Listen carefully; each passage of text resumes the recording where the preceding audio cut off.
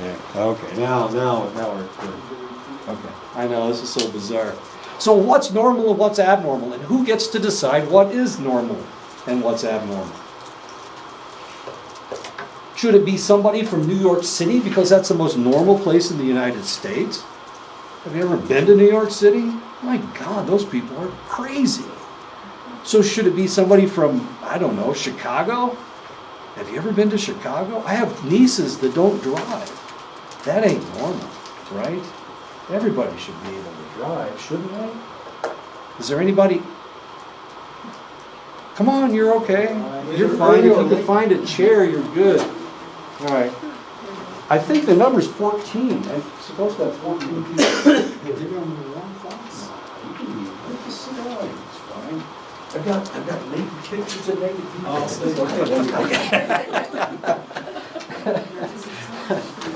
Unless they're mine. I don't think so. I don't be embarrassed. I'll just. You can identify them when I show them. Okay. So what's normal and what's abnormal, and who should decide? Should it be me because I'm a psychologist? Am I the one that decides what's normal and what's abnormal? I mean, I've been married 3 times. I got stabbed by my first wife. Is that normal? That's the same. My God, I hope it's not normal. So who gets to decide what's normal and what's abnormal? Well, evidently the guys that wrote the DSM-5 get to decide because they wrote a new book and they changed everything. So this is kind of exciting. Once upon a time in the United States, like 3 years ago, there was a disease, not a disease, but a condition called Asperger's syndrome. It doesn't exist anymore. It's no longer in the book. So we can't diagnose anybody with Asperger's syndrome. Does that just fall under autism now? It does. It falls under autism. And the people who have children with the lower grade autism are pissed. They're really upset because now people are diagnosing their child with autism. And they don't like it. They don't like the word. So who knows what's going to happen in 5 years when they change the DSM-5 to the DSM-6. Who knows? Once upon a time in the DSM-2, homosexuality was a mental illness. That was the last time that it was a mental illness. Oh, it's so cool. I've got an old psychology, abnormal psychology book. This is so cool. From when I started in psychology, back in the 1970s. I started in 1975 studying psychology. And this is a book that was written in 1972. Well, there's diseases in there that don't exist. A lot of diseases in there that don't exist anymore because we changed our definition of what normal is. We used to have a disease called, or a condition called hebephrenic schizophrenia. It doesn't exist anymore. It was kind of cool. If you saw the picture of the guy with who had skinned himself and holding on to his own, that's the kind of stuff that people with hebephrenic schizophrenia did. They drew pictures of severed heads and knives going through people, as odd as that seems. And that was part of their obsession. They were obsessed with gory things. And we diagnosed them with hebephrenic schizophrenia. We never saw older individuals with hebephrenic schizophrenia. It was always teenagers with hebephrenic schizophrenia. Just the oddest thing in the world. Doesn't exist anymore. But it's in that book. It's so cool. Anyway, okay. So the question is, what is normal? And who gets to decide? Is it those crazy guys writing? And where was the DSM-5 written anyway? Where did those guys live? Yeah. On the reservation? No. Oh. I thought you said here. No, You said Europe. Maybe Europe? Yeah, maybe, but no. Actually, they're in Washington, D.C. How many normal people do you know of living in Washington, D.C.? Can we look at presidents or vice presidents or maybe senators? Maybe John. No, he's here now. He's being treated for his glioblastoma. Anyway. Okay, so what is normal is the question. I apologize, it's a naked guy. Is that normal? No. Is it normal to walk around naked? No. No? Really? Depends on the culture. Oh, it and depends on the context. culture. This guy was at Berkeley. and he was called the Naked Guy. What a cool name, huh? He had taken a sociology class, and they were talking about the very things that we're talking about right now, and he decided that he would push the envelope. And so he started walking around Berkeley campus naked. He walked around Berkeley campus naked for about 18 months. And finally, people had complained before, but they hadn't done anything about it, but finally they did something about it, and they made him put on clothes. And he dropped out of school when he did that. So he decided he was going to walk across the United States naked. Got to Texas, and somebody beat him up. And eventually he died in prison in Texas. He committed suicide. So was he normal? He committed suicide. It had something to do with nudity. So is nudity normal? And you said no, it's not. You said it has to do with the culture. Is that normal? These guys are in the Amazon River Valley. They are indigenous people from there. That's normal for them. It's normal for them. So that's okay. But that's not okay. It's California, come on. There's new beaches in California, aren't there? I've never been to one. That would be scary. Is that normal?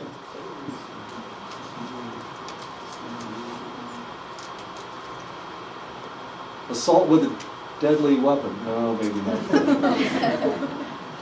She's pretty upset, I'm guessing. She does look angry, doesn't she? Does she have anger issues, or maybe he pinched her in the wrong place? In some place she didn't want him to pinch her, so she slapped him. I have no idea. She just... Is that normal? Is it normal for a woman to slap a man? Is it okay for a woman to slap a man? For some ladies, depending on the issue or situation. Okay. So if you saw this happening outside the classroom, would you turn the lady in for assault for assault? Would you call somebody? Would you call security? Or would you ignore it?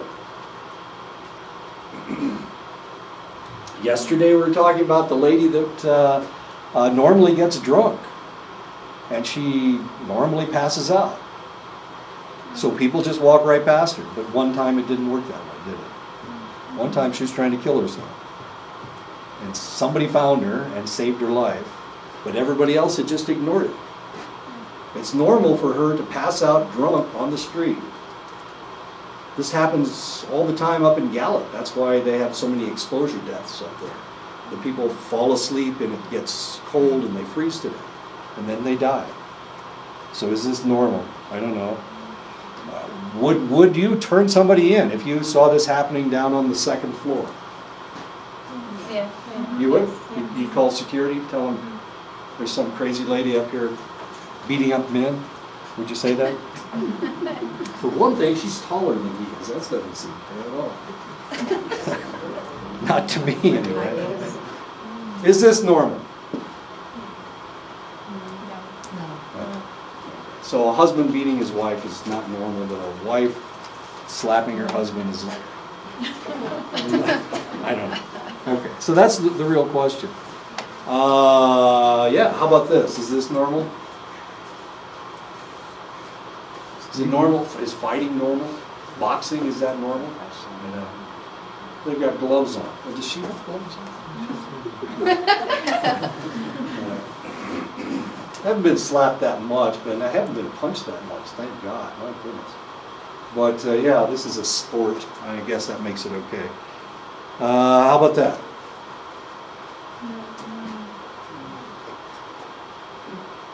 What do you think? Is he drunk? That's an awfully red face. Is he snockered? 2 empty fifths of wine, we assume. Or maybe they're full of urine now, since, I don't know. Who knows? Normal? Maybe not. How about that? Is that normal?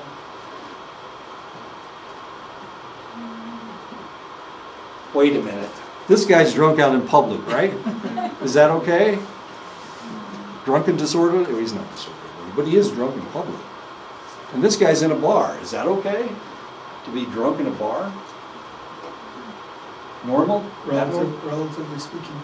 Relatively speaking. Would you call the cops on this guy? Would you call the cops on this guy?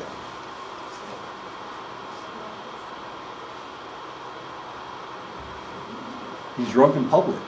This guy's drunk in public as well, but he's in a bar. And that's okay. Isn't it? Normal and abnormal. This is a real problem. We need to decide what's okay and what's not. This guy's smoking pot. Is that okay? I've never seen anybody smoke pot out of a balloon before. That's what he's doing. He's smoking pot. This guy's out in public, and that is the biggest blunt I have ever seen. I know all the words.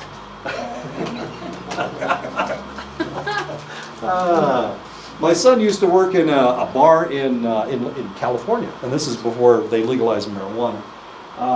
And somebody made a rap song about people getting stoned at clubs, and he was working in a club as the bartender there.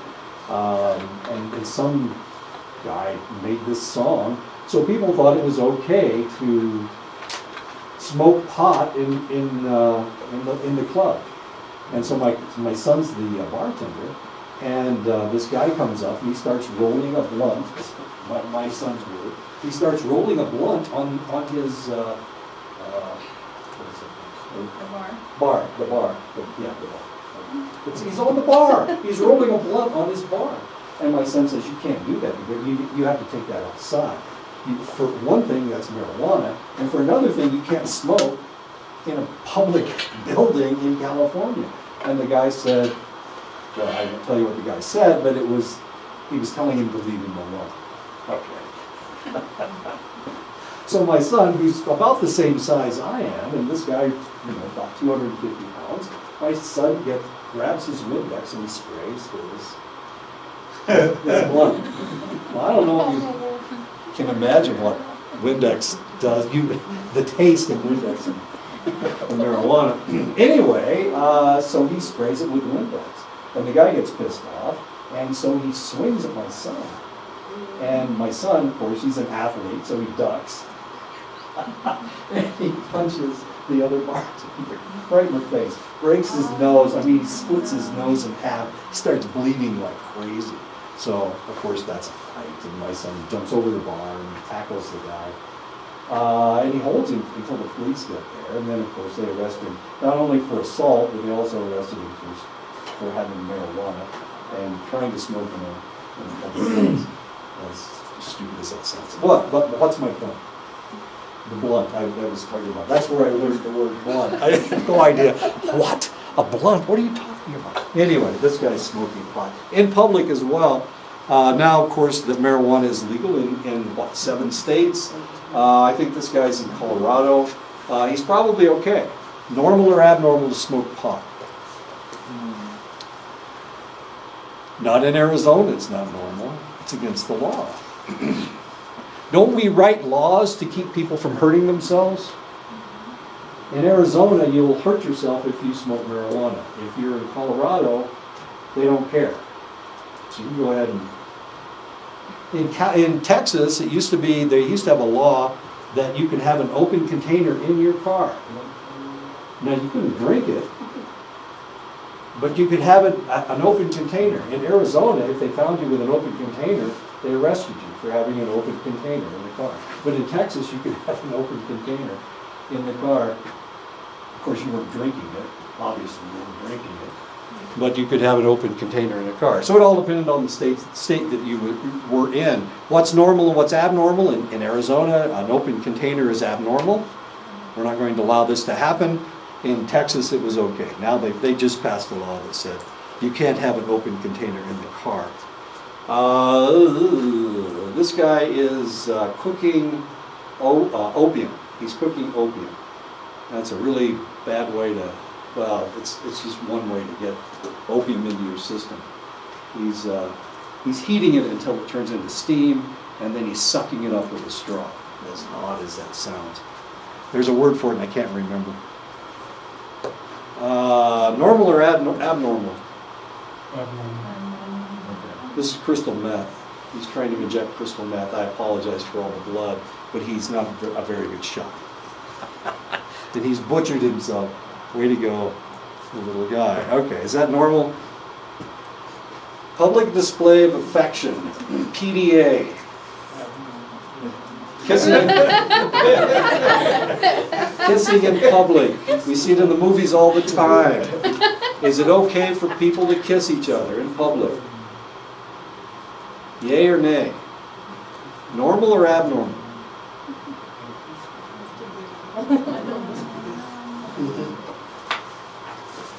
When I was in the military, I married a woman who was an officer, and I was enlisted. It's against the law. It's against federal law. And by golly, every time I saw her, I had to give her a kiss. This is a real tragedy. Because we had to sneak around just to give each other a kiss when we were in uniform. Because it was against the law for uniformed personnel to be kissing each other. Not only that, but she was also an officer when I was enlisted. So, yeah. Okay, so of course in the military it's against the law, but is it against the law? I mean, is that okay? When you see people bussing each other, that means kiss, kissing each other in public, is that all right? How about in high school, if we see it in the hallways, is that okay? It's not? Oh, okay, I was just wondering. Normal or abnormal? I guess that's the question. Kissing in public. Some places kissing in public is abnormal. Is it abnormal here? I'm just curious. Isn't it traditionally, like, you're not supposed to expose that, you're supposed to do it privately? Every?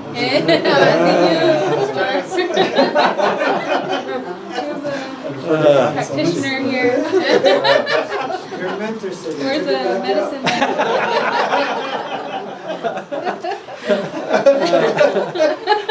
Oh, it gets worse. Okay, they were just using lips. These guys are using tongues. This is nasty. Normal or abnormal? What do you think? Trying to take a snake tooth out. Normal. Oh, God. Okay. I kiss my wife all the time, but I don't kiss her like this. She would bite my tongue. She really would. That's my wife. I know. There's something wrong. Normal or abnormal? Abnormal? To us. Wait a minute. Are they in? Normal or abnormal? I don't know what's inside, but there's a lot of people around. Normal or abnormal? Is it okay for guys to kiss each other? Uh-oh. Well, in the DSM-2 it wasn't. It was a mental illness. Obviously, it was a mental illness. It's not considered a mental illness anymore. Right? It used to be against the law in select states in the Union, but it's not anymore. These guys can get married if they want to. Ooh, this is a tough one. Legal or normal or abnormal? How about this one? How about girls kissing each other? Totally normal. What? Just throw that out there. No. Hold on, let's talk about this. I know. Oh, it's shocking how all these horrible questions we're asking each other, whether they're normal or abnormal. And somebody has to decide whether it's normal or abnormal, right? You guys have traditions, right? And they tell you how to act, and what kind of clothes to wear, and when you can kiss, and when you can do a lot of different things, right? Okay. But society, of course, isn't just here on the reservation. So, when we're talking about abnormal psychology, this isn't Navajo abnormal psychology class. Well, it is, kind of, because this is Dene College. However, I need to teach you what they think out there. So, and there is no textbook for Navajo abnormal psychology. But actually, Wilson does teach a class about about how you're supposed to act on the reservation. But this isn't that class. This is abnormal psychology class, and it's Western psychology. I apologize. Well, I don't really apologize. You need to know this because if you're going to graduate school, then you're going to need to know this kind of stuff. You're going to need to know what they think is abnormal You and what's get normal. licensed. I'm sorry? If you're going to get licensed. If you're going to get a license, you need to have this information. Because you're going to have to diagnose people. And the reason you have to diagnose people is because if you want to get paid, the insurance companies won't pay you unless you tell them that this person has a problem. So you have to identify the problem that they have. I know. So I identify everybody with a problem. Maybe I'll get paid for it, you never know. But yeah, this is abnormal psychology class. And we will talk about what's normal and what's abnormal. And some of the things that I'm going to talk about, you probably will agree that it is abnormal. Some of the things that I talk about, you might think that seems perfectly normal to you. And as I told you before, well, as I was telling some individuals, I have a lot of relatives that have mental illnesses. Not a lot, but some. I'll tell you about all of them. And and they are diagnosable, of course. And in order to get paid, as a counselor, you have to identify what problems they have. If they don't have a problem, then why in the world would the insurance company pay you to talk to this guy, for 6 sessions? It just doesn't make any sense. Anyway, that's the way it works. It works this way in medicine. It also works this way in mental health. So in order to get paid, we have to diagnose these people with problems. I used to work with an individual who did not believe in mental illness. And he was a psychologist, so it was really kind of bizarre. He was very difficult to talk to because we didn't agree on what was normal and what was abnormal. He thought that all abnormalities were caused by a misfiring neuron in your brain. That's what he thought. And all we needed to do was to fix you was to get you to sit down and meditate, and sit down and think, so you could cure yourself. So there were no mental illnesses. Schizophrenia didn't exist. Borderline personality disorder didn't exist. None of these things existed. Bipolar disorder, none of them existed as far as he was concerned. But the reality is, of course, people do have a lot of serious problems. And if you come in contact with these individuals, you know that they have a problem. You know that they think differently than you do. That you can't talk to them because they aren't hearing what you're saying, or they're misinterpreting what you're saying. There is a misfiring up there, but it has to do with their interpretation of the world. There are people that are paranoid.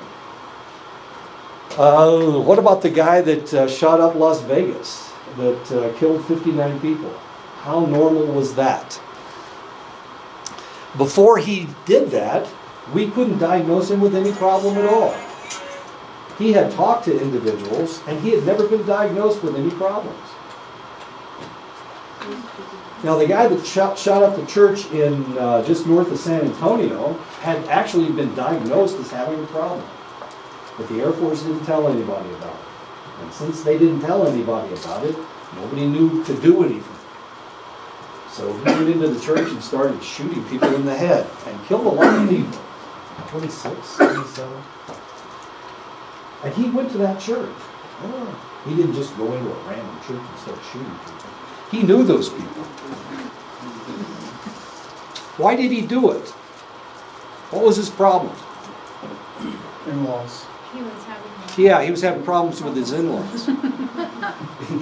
So why wasn't he at church that morning? He hadn't actually been to church in like 6 weeks before that. Why wasn't he in church? Why didn't he get dressed up? He did get dressed up. In tactical gear is what he got dressed up in. But he got dressed up in tactical gear and went into the church and shot people up. But why didn't he get dressed up in his best Sunday clothes and go to church with his kids and his wife? I don't think she was there. He didn't kill his wife. And his kids weren't there. And his in-laws weren't there. Outraged. Why was he outraged? What was he so pissed off about? He was upset with the in-laws. He was upset with the in-laws because he thought that they were talking his wife into taking the kids away from him. But why did he go into the church and shoot people? He didn't just shoot in-laws, he shot everybody. He shot kids. What was he so pissed off about? Not getting his way. Not getting his way. I'm sorry? He thought that his in-laws had done influence to their faith. Exactly. And they had convinced the elders in the church to not just kick him out of the church, but to shun him. Shun him. Do you know what shunning is? Okay. That means they can't even talk to you. When you come up to them, they turn around and look the other way. That's what shunning is. And they had done that in that church. So rejection? Yeah, a form of rejection, sure. It was relatively severe. They thought he was nuts. They were right, he was crazy. But they had shunned him.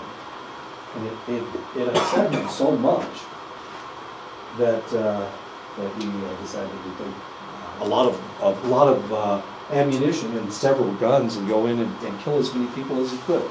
Because he was shunned. Has anybody ever been shunned? There we go, okay. We're brothers. I was shunned. When I was in college, it was kind of I laugh about it now, but it was heartrending. I mean, it was really difficult. Yeah, it was tough, but I didn't shoot anybody. I ran faster.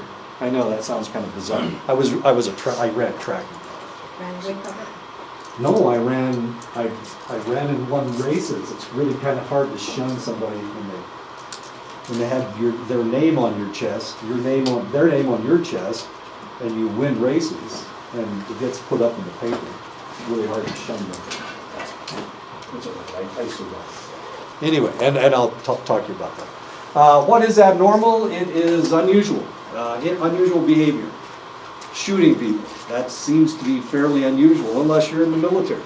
Military people get to shoot people whenever they're in combat, and that's okay. But shooting people in a church, probably not the best idea.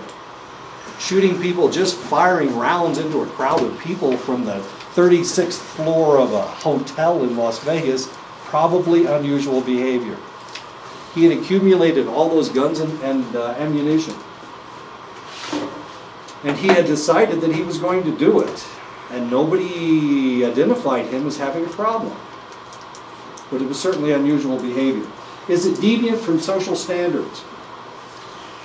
Once upon a time, the church, the Catholic Church, the Christian Church, controlled everything. And if you did something that was not religious, they considered it abnormal. Deviant. Blasphemous, potentially blasphemous. And in the 9th, 10th, and 11th century, they would mount crusades against people that believed in a different way of worshiping, as odd as that sounds. Most of the crusades were not in Jerusalem. They were not in North Africa. They were not in the Middle East. They were actually in Europe against other Europeans, as odd as that sounds. So if they found somebody that believed a different way, they mounted a crusade against them and killed them. And sometimes they burned them at the stake because they were being so blasphemous. They were deviant of social standards. They were different. They were deviant, as bizarre as that seems. If you want to look a group up that they did this to, look up the word Cathars, the Catholics, or Cathars, I guess. C-A-T-A, okay, you don't have to. They're the people of the Yellow Cross. They were, they were a little bit different. And one of the ways that they were different is that they didn't believe in violence. They were a tough group to corral because they didn't believe in fighting. So, geez, they just mounted a crusade and kind of walked right all over. It was a mess. And of course, they burned them all and did all kinds of interesting things to them, as strange as that seems. Anyway, look up the Cathars, the people of the Yellow Cross. Deviant from social behavior. Does the behavior represent faulty? faulty thinking, I'm sorry, I should say faulty thinking. Does the behavior represent faulty thinking? Is there something wrong with the way that you think? If you think that somebody is following you all the time and there's nobody back there, that's faulty thinking. If you think that everybody's talking about you when they're just talking to each other, Johnny and Sheldon are back there talking about me. I saw you guys talking. I know you're talking about me. Okay. Faulty thinking. Okay, that's faulty thinking. Are the perceptions or strange interpretations of reality, is their reality different than everybody else's? You know, this is another definition of abnormal behavior. Does the behavior create significant personal distress? You can have all of this and nothing happens. The guy never comes in. We never get to talk to this guy. It has to cause them distress. It has to bother them that they're having this problem. People who are OCD, obsessive compulsive disorder, people that are neatness, drive me nuts, but that's my problem, okay? These people don't think they have a problem, but everything has to be the same way. If they lock the door, they have to go back and check it. And sometimes it's a select number. I've known people that had to turn off the lights 7 times before it was off. If you turned it off 5 times, it's not off yet. You have to do it 2 more times. 7 was the number. Strange stuff like that. If they turned off the television, they turned it off and on 7 times. 7 was the magic number. I love magic numbers, don't you? I'm not obsessive compulsive. If you've been in my office, you know how messy it is. And I'm obviously not obsessive compulsive. But there are people that are that way. And if it doesn't cause them distress, then nobody ever meets them. So let's say they're okay, as children they're obsessive compulsive, then suddenly they get a job, they go to their work. Now suddenly other people are finding out about their obsessive compulsive disorder. The kids made fun of them when they were kids, no problem. Here they are, they have a job now, they're obsessive compulsive, and they never get anything done. So now suddenly they get fired. Now it's causing them distress. So now these individuals will come in and talk to a psychologist. But it has to cause them distress. They have thoughts that they can't control. Maybe they're sexual thoughts. Usually they are. Usually they're sexual thoughts. And that may cause them distress, as odd as that seems. You keep doing that, and I keep thinking you're raising your hand. But you did raise your hand before. It's something about when I was talking about religion. Well, I was just wondering, you talked about limiting social standards. Yeah. Social standards are different between different Culture. demographics Oh, or sure. socioeconomic groups. So Exactly. what might be abnormal in one group might be totally cool in another group. Exactly. You're absolutely correct. So it's okay here, but it might not be okay in Montana. It's okay in New York City to wander around in Speedo swing trunks, but on the reservation in Montana or in Arizona, probably not. You've never seen me in a Speedo, so you're. But in New York City, it's okay. In New York City, I'm sorry, you have a question. Yeah, so how is the DSM-4 utilized? Is it across the board? Hyperactive disorder, deficit hyperactive. That's a good question. That's an excellent Is it question. like normal, abnormal? It all depends on the guy that's doing the interpreting. Okay. So what may be ADHD to me, if you are looking at a population, you see these kids as normal because they're active. And I want these kids to sit in a chair and shut up. And you see their noise and you see their activity as normal. It all depends on the guy that's doing the interpreting. We have criteria, but how much of the criteria do you adhere to? It's the DSM-5. It's just a number. Anyway, it's in the DSM-5. You've got this whole list of criteria, but you don't have to adhere to all of it. For example, ADHD is a good example. I want my kids to make noise because I think that's normal. I want my kids to run around because I want them to be track stars when they grow up. So, yeah, that's, my criteria is a little bit different. But you may have some wacko from New York City who believes that children should be seen and not heard, and she's diagnosing everybody with ADHD because they're making too much noise. You may have a mother that doesn't like taking care of the kid because the kid, they can't make the kid behave, so she diagnoses her own child with ADHD. And so she takes him to the psychiatrist, or the psychologist or the psychiatrist, and the psychologist and the psychiatrist diagnoses the child what the mother diagnoses him as. Why? Because he wants to get her out of his office. There's something wrong with this lady. She's nuts. She's anal. There's something wrong with her. So, these kinds of things happen all the time. You may be in a school district that doesn't want noise, and this kid is making noise. Or he's a joker. That happened when I was at Ashford. We had a student, and he was funny. The guy was hilarious. And I just loved the guy, and he would just pipe up in class and tell a joke, and everybody would laugh, and I thought it was great. And he went to my colleague's class, the one that didn't believe in mental illness, and he kicked him out because he made too much noise. I mean, it was a tragedy of sorts. But it all depends on who's diagnosing and what criteria they adhere to. Are there any generals? Yes, there are. I mean, ADHD's hyperkinetic, he moves around too much, it's like he's got a motor in his body, that kind of thing. Yeah, so my criteria may be a little bit different from somebody else's. The other thing is, when he's at home, is he okay?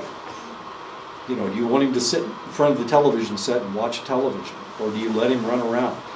Some parents don't want their children to act out or act up or whatever, So, yeah. I hope that answered your question. It all depends on the individual. Yeah, we've got standards that we can use. We've got standards that we can use, but it all depends on the individual doing the diagnosis. And if you've ever been around psychologists, we argue all the time. We never agree on anything. If you put two psychologists in the room, you have an argument. Okay, three is even, that's two people picking on one guy. I'm usually the guy that pick it up. Is the DSM-5 used worldwide or just in the States? That's a good question. That's an excellent question. If we went to China, would they use the DSM-5? No, they don't use the DSM-5 at all. And they've got 1.3 billion people. We've only got 365 million people. So they use the DSM-5 in the United States. They use the DSM-5 primarily in Europe and in South America. But it's not universal, no. They don't use it in Africa. They use it in parts of it. But it's not a universal book that everybody agrees to. Their ideas of mental illness are completely different. And we're going to talk about some of the interesting ways that they see people over in Asia. They're a collectivist country. So they see things differently than we do in the United States. We're individualistic primarily. So it gets really interesting. Is the behavior maladaptive or self-defeating?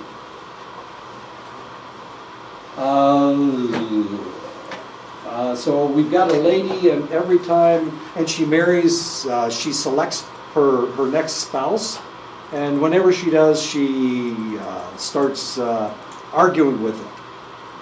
Maladaptive behavior, self-defeating behavior. So why doesn't she pick somebody who she's not going to argue with? There's no good men out there.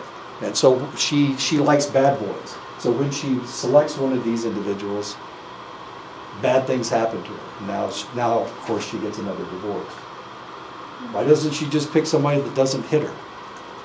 That would work. So why is she attracted to men that hit her? Self-defeating behavior. It happens. I have an ex-wife that does these kinds of things. She's been married 5 or 6 times. 5 or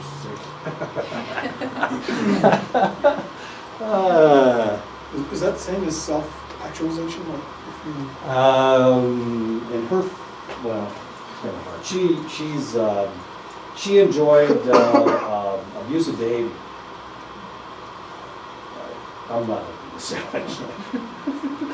I can't hit anybody, okay? I don't care if it's for sex, I don't care what it's for, I can't hit people.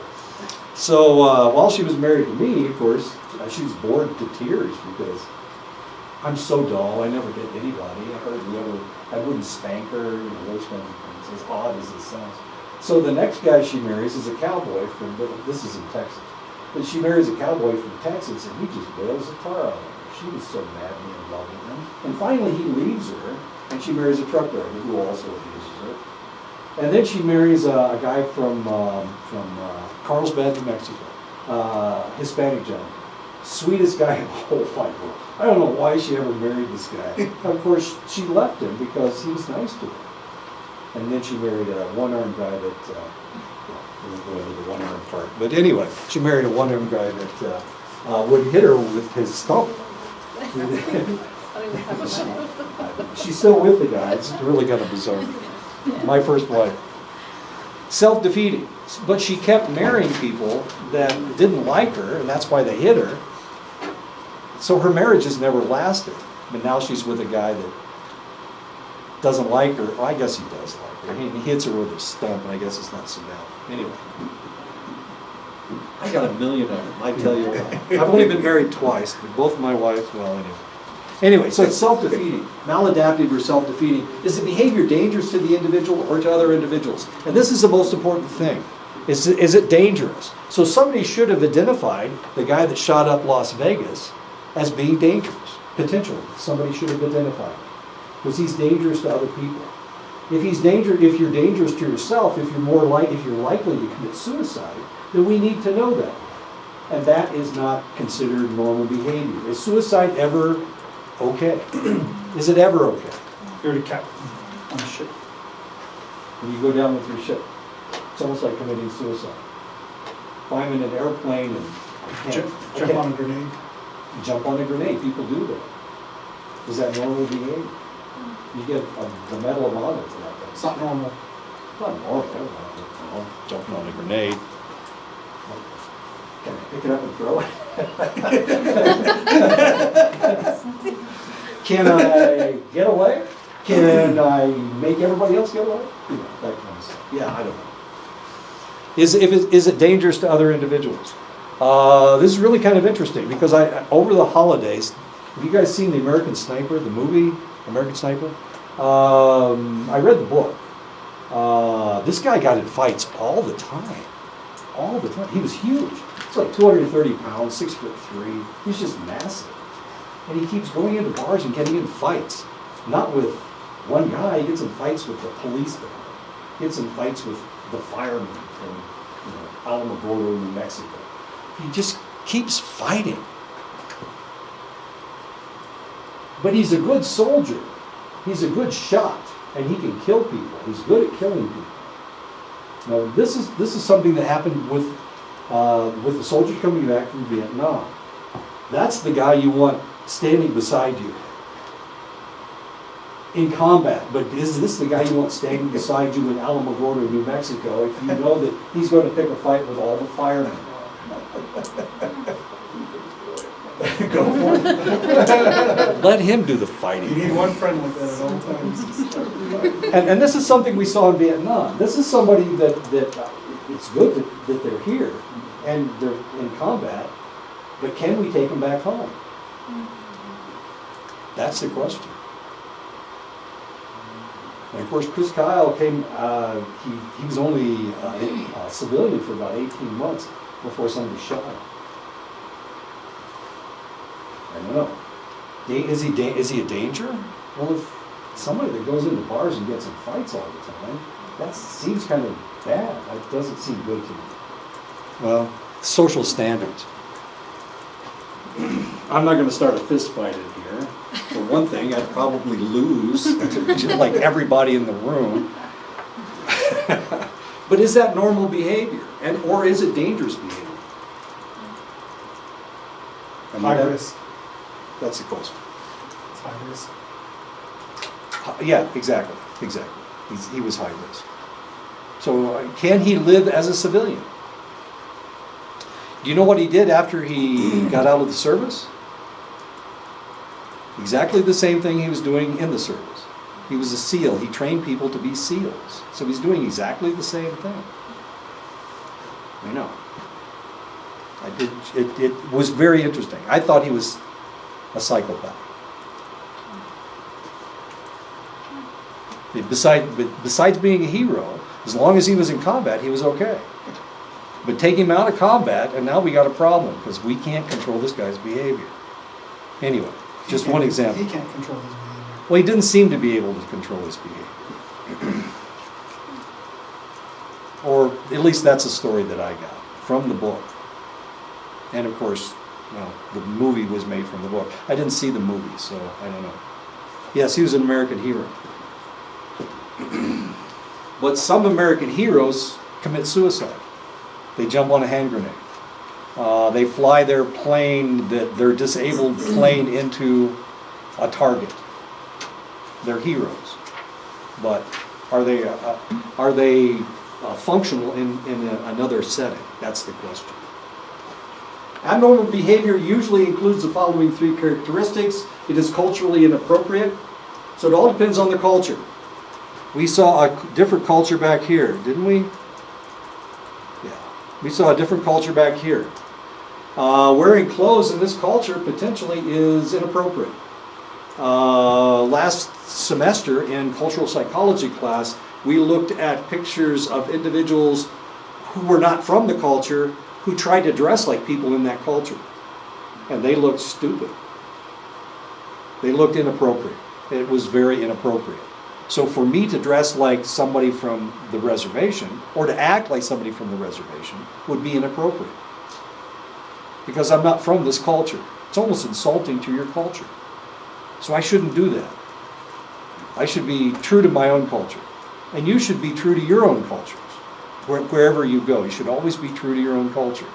This is something when I was in the military, and I was in for 12 years and my wife was in for 24 years, so we were wandering around the world, wandering around the United States, and we had to decide how we were going to act. When you're in Mississippi, how do you act? You act like somebody from Mississippi. When you're in Texas, how do you act? You put on cowboy boots and put on the hat and wear the silly cowboy shirt. This is a cowboy shirt. I got it in my time. So if it's inappropriate for that culture, well, that was a decision we had to make. In Japan, are we going to act like the Japanese? Are we going to, is my wife going to start wearing kimonos? Well, she's in the military at the time. She certainly couldn't do that. But should we start, I don't know, acting like the Japanese? Doing the same thing the Japanese do? It's a decision we had to make. When we were in Germany, did we act like the Germans? When we were in Mississippi, did we act like the Mississippians? And consciously, I decided that I was going to act like a farm boy from Indiana because that's who I am. That's the way I was raised. So I dress like, I talk like somebody from Indiana. Even today. You have to make that conscious decision. You have to decide whether you're going to change your culture. And you can do that. People will do that in the military. I have a friend from North Carolina who taught at Texas A&M, and now he wears cowboy boots all over the place. Well, I don't wear cowboy boots in North Carolina. What the hell is he doing in cowboy boots? He thinks they're comfortable. They're so uncomfortable. My God. I can't wear cowboy boots. My feet are too wide. They're huge. If I wore cowboy boots, they'd be like this long. That's not good. Yeah. So part of being abnormal too is being able to be unadaptive or unflexible. No. Because I've seen Americans go into other countries and get beat up real bad for not being culturally aware or sensitive and just acting like Americans, and they come off real offensive. No. That's not what I'm saying. I'm saying, well, should you act like the people in that country? Should you adapt to that? I mean, should be flexible. If I go to a country where the people beat their wives, am I supposed to hit my wife? Do I have to hit my wife in order to be appropriate? Well, you get to be flexible. Well, yeah, but not to change who you are. Are you talking about acculturation? Is it acculturation that you're talking about? I'm adapting to a culture, to be able to live in the culture, that's okay. But if you change who you are, if you change the way you are, then that's inappropriate. That's what I'm saying. Okay. So if it's culturally inappropriate. So somebody from the reservation who wears a thong without any pants on and wanders around and dances in an interesting way, that would be inappropriate. Or they go to a ceremony and they start acting up in a ceremony. That would be culturally inappropriate. You know, it's funny because I don't know whether You to do agree. this? I don't know whether to agree with you or disagree with Okay. you because I don't agree with what you're saying, Uh-huh. but I know my father would. Okay.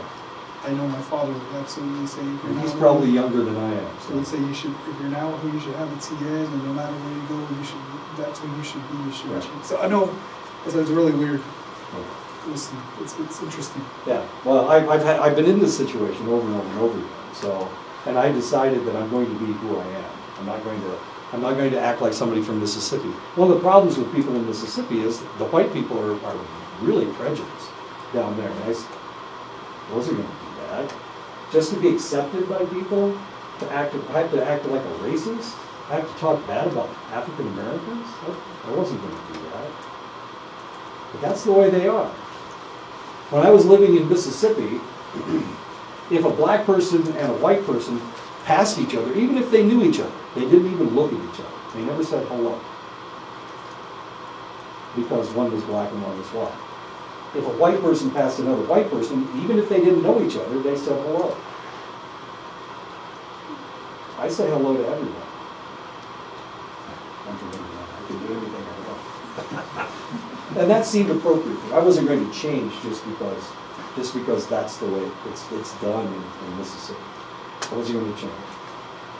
And it was a conscious effort not to do that. In the military, of course, you have to get along with the surrounding people. I mean, the base, I was in the Air Force.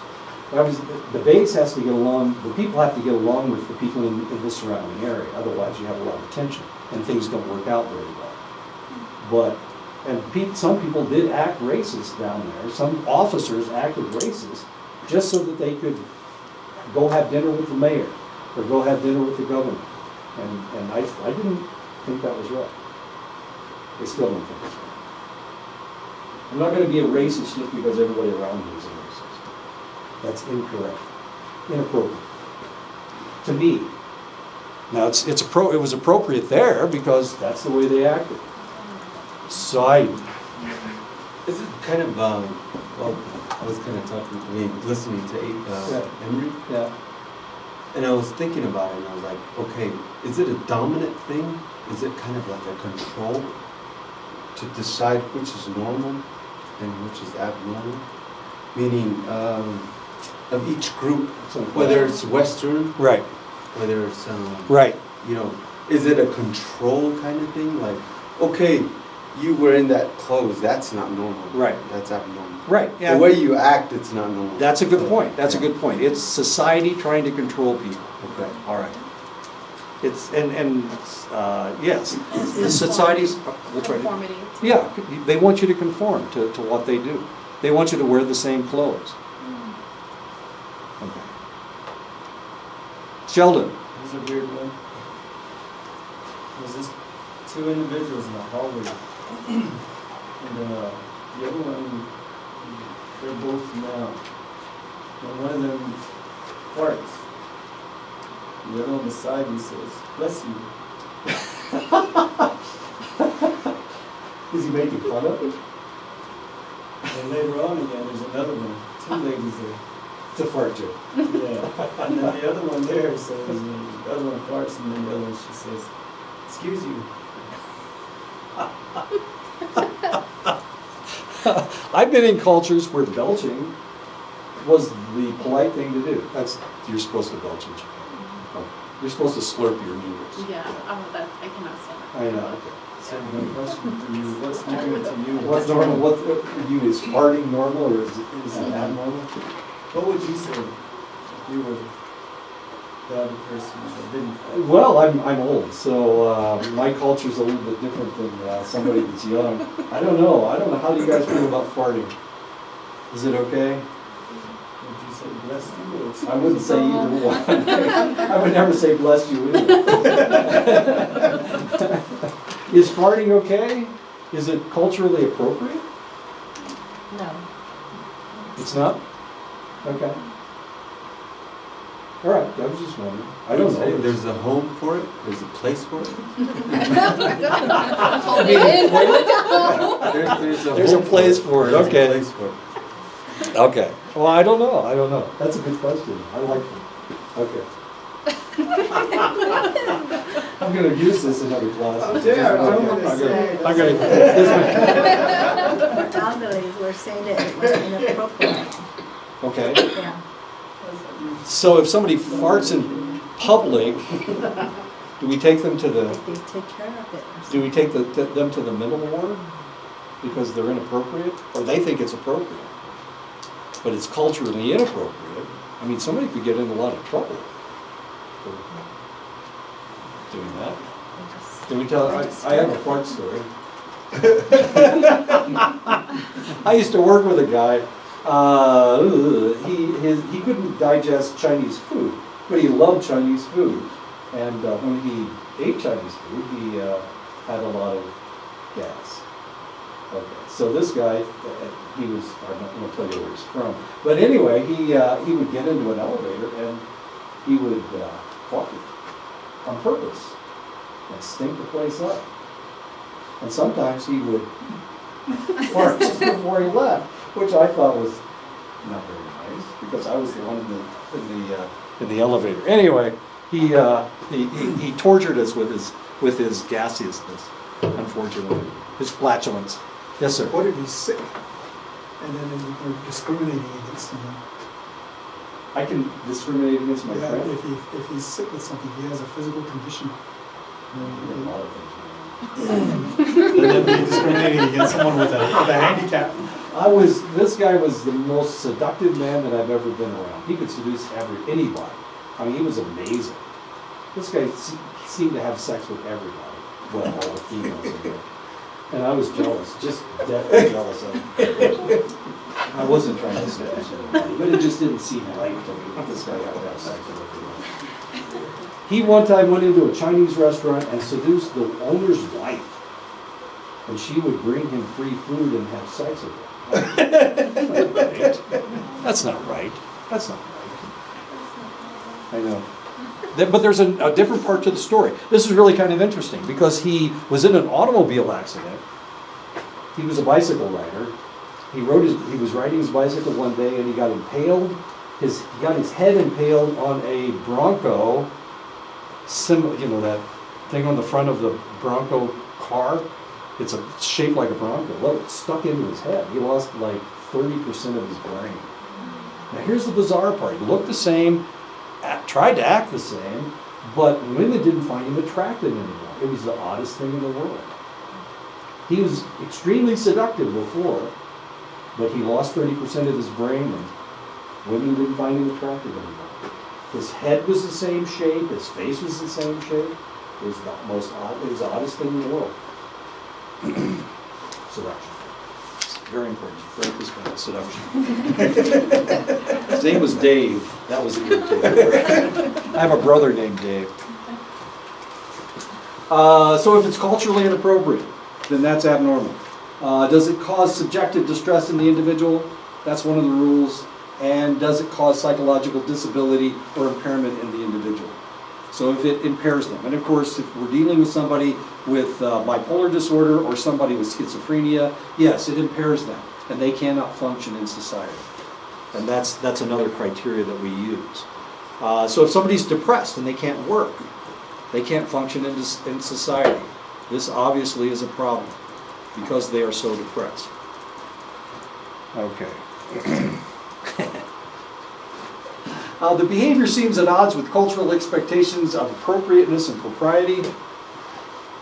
Both the behavior itself and the context in which the behavior is displayed is important, and of course that has to do with cultural inappropriateness. This would probably be inappropriate here on this campus, in this state. But if you live in Georgia and you're a Bulldogs fan, it's okay. Dressing like this. Inappropriate. So context is important. Context is very important. Okay. Probably in Gallup, I don't know.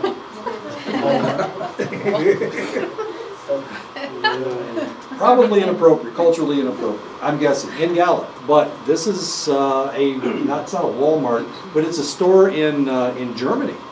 And in Germany, oh, it's okay. New York City, okay. California, potentially okay. Yeah. So it all depends on where you are, culturally inappropriate. I don't have any more strange pictures. Cultural relativity is a perspective that highlights different cultures. It may utilize different standards in the definition of abnormality. To not be anti-Semitic in Nazi Germany would have been considered abnormal behavior. So you had to hate Jews in Nazi Germany. And if you didn't hate Jews, then you got arrested. It was inappropriate. There was something wrong with you. Everybody knows that Jewish people are bad people, as far as the Nazis were concerned.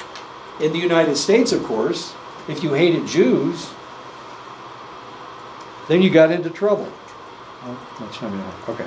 Let me tell you a quick story. I have an aunt. She was an evangelist.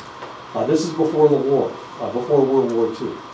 There were a lot of people that were preaching anti-Semitic behavior in the United States before World War II. And she was one of them. She would have tent meetings, and she would have thousands of people in there. And she'd tell people how horrible the Jews were. There was a guy on the radio, Father Coughlin out of Chicago, and he preached against Jewish people every Saturday. And people would listen to him all over the United States. So World War II starts. We have freedom of speech in the United States. You can say just about anything you want, almost. Then the war started. And guess what happened? Father Coughlin went off the air. The federal government came and told my aunt to shut up.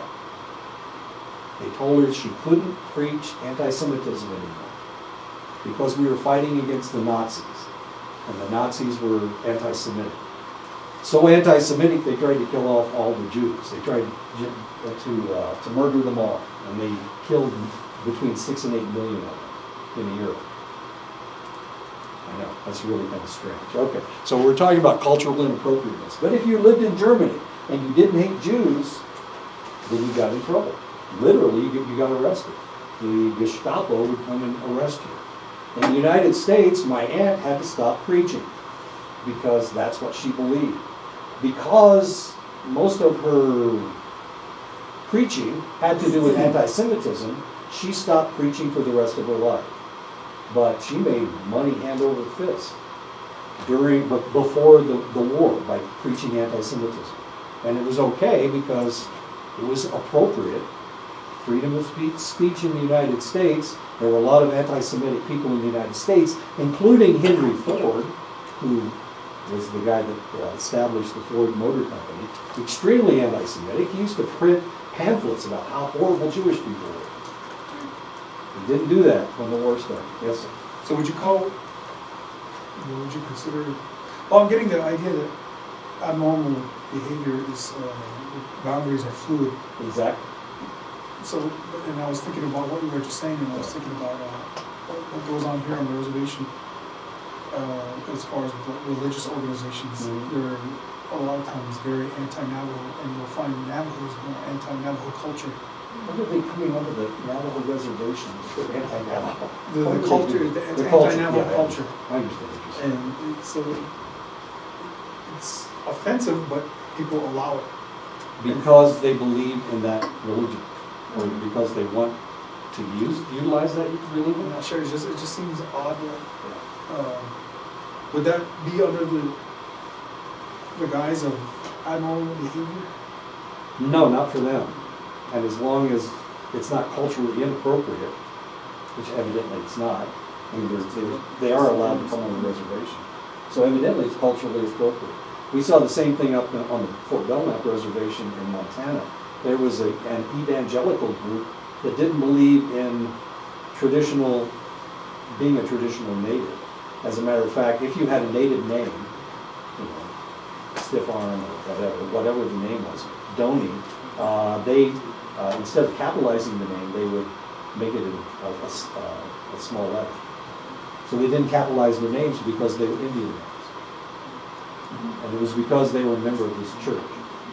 Now, they didn't do that if your name was Johnson, you were okay, because that's not a native name. Or if it was Smith, it was okay. But if you had a native name, then you couldn't capitalize it. I know, that seems stupid to me, but I might argue with the church.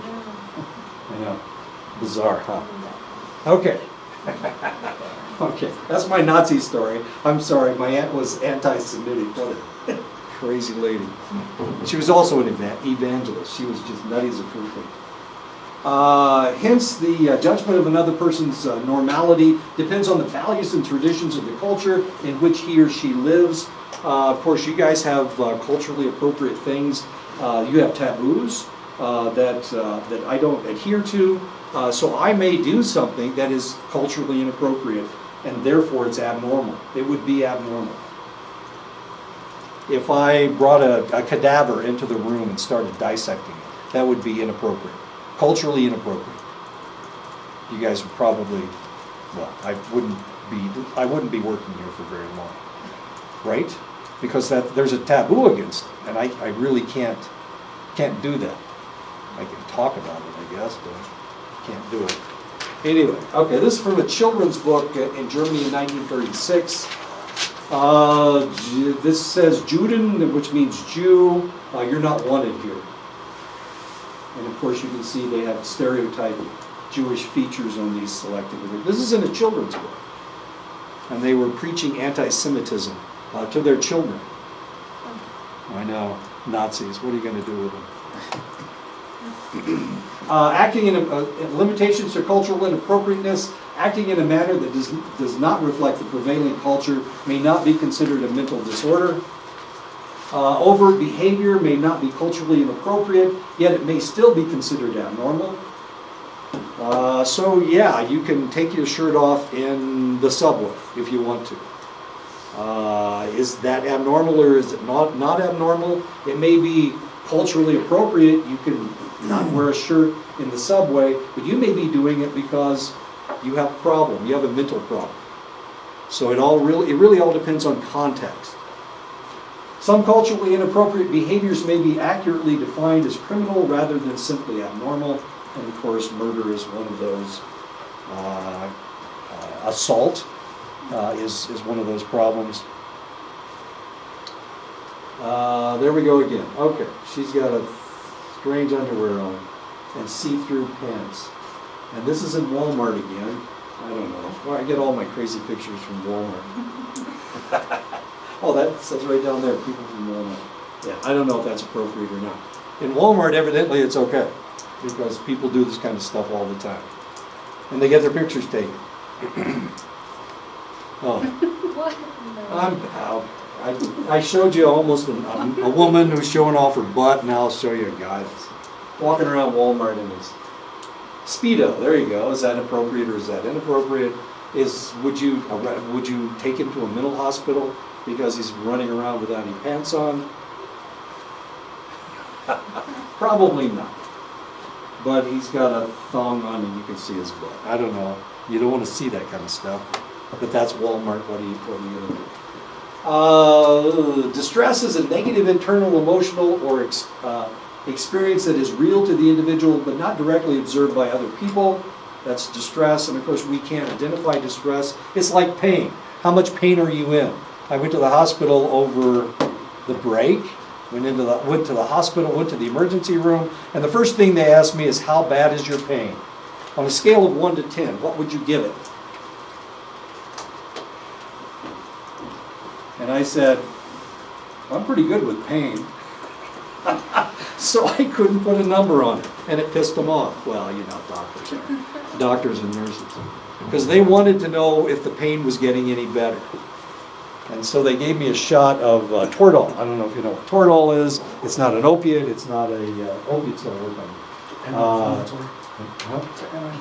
It's an anti-inflammatory. It's an anti-inflammatory, and they were assuming it would relieve my pain. It didn't relieve my pain at all, but I didn't tell them a number to begin with, so they couldn't compare it to what I said before.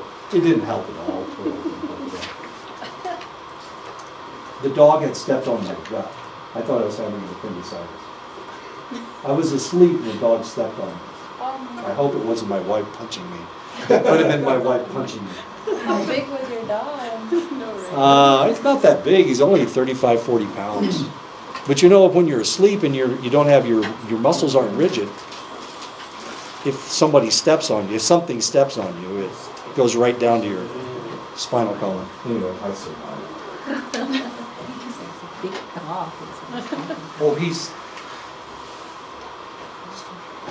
We all die sometimes. I know, he was huge, wasn't he? Wasn't he the biggest dog you ever saw? That dog didn't step on me. He had a foot this big. Looked like a bear. Subjective distress can include the following: unhappiness, fear, apathy, guilt. Guilt? Where does guilt come from? Where do we get guilt? Responsibility. Who tells you what your responsibilities are? The church tells you what your responsibilities are. Your mom tells you what your responsibilities are. Your wife tells you what your, or husband, tells you what your responsibilities are. The government, I know, they want me to drive 55 going to Gallup. Yeah, that's going to happen.